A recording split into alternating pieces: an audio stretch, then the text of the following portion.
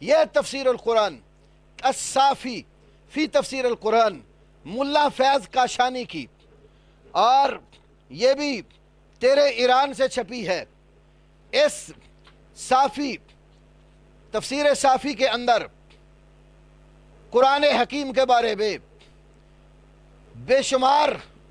باتیں مذکور ہیں، لیکن میں تیرا اعتقاد اور تیرے ائمہ کا اعتقاد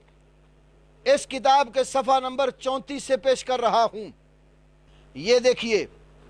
مقدمہ سادسہ، وَأَمَّا اعتقاد و مشائخنا فی ذالک، کہتا ہے تعریف قرآن کے مسئلے میں ہمارے مشائخ کا عقیدہ، فالظاہر من ثقۃ الاسلام محمد ابن یعقوب، کہ ان کا جو اسلام میں ثقہ اور قابل اعتماد عالم ہے محمد بن یعقوب کلینی،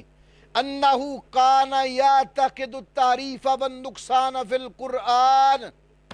سب سے پہلے جس کی میں نے روایت پیش کی اصول کافی کی، 17,000 آیتوں والا قرآن۔ میں نے کہا تھا میں شرح اپنے پاس سے پیش نہیں کروں گا، میں شرح تیرے گھر سے پیش کروں گا، اور اس میں لکھا ہے کہ ہمارے مشائخ کا اعتقاد، اور سب سے پہلے اسی محمد بن یعقوب کلینی کا نام لیا جس کی کتاب تمہارے نزدیک اس پائے کیا جس طرح ہم آل سنہ کے ہاں صحیح بخاری کا مقام ہے۔ انہو کان یعتقد التعریف والنقصان فی القرآن، وہ قرآن میں تعریف اور نقصان کا عقیدہ رکھتا تھا، لأنہو کان روا روایات فی ھذا المعنی فی کتاب الکافی، اس نے اس معنی کی اپنی کتاب الکافی میں بہت ساری روایتیں بیان کی ہیں، وَلَمْ يَتَعَرَّضْ لِقَدْحٍ فِيهَا، اور اس نے کسی روایت کے اوپر بھی جرح نہیں کی اپنی کتاب میں کہ جو روایتیں میں نے پیش کی ناقابل اعتماد ہیں، کسی پر کلام نہیں کیا،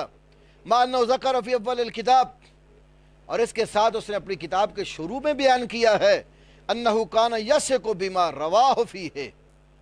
کہ جو روایت وہ کافی میں پیش کرتا ہے وہ اس کے اوپر اعتماد کرتا ہے۔ وَكَذَلِكَ أُسْتَاذُهُ عَلِيُّ بْنُ إِبْرَاهِيمَ الْقُمِّي، اسی طرح کلینی کا استاد علی بن ابراہیم قمی بھی تعریف قرآن کا عقیدہ رکھتا ہے۔ یہ تفسیر قمی 2 جلدوں میں میرے پاس موجود ہے،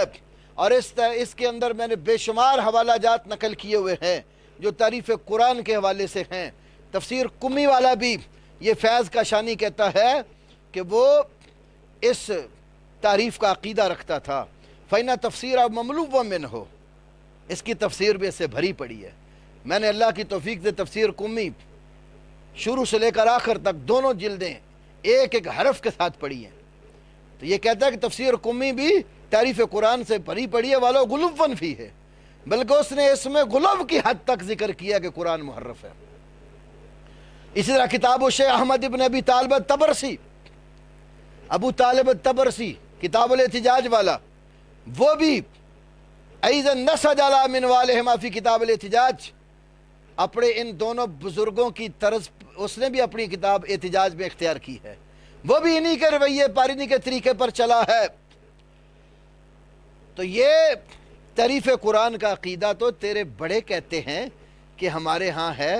اس پر بے شمار حوالہ جاتے ہیں، میں اب آخر میں صرف 2 حوالے پیش کرتا ہوں۔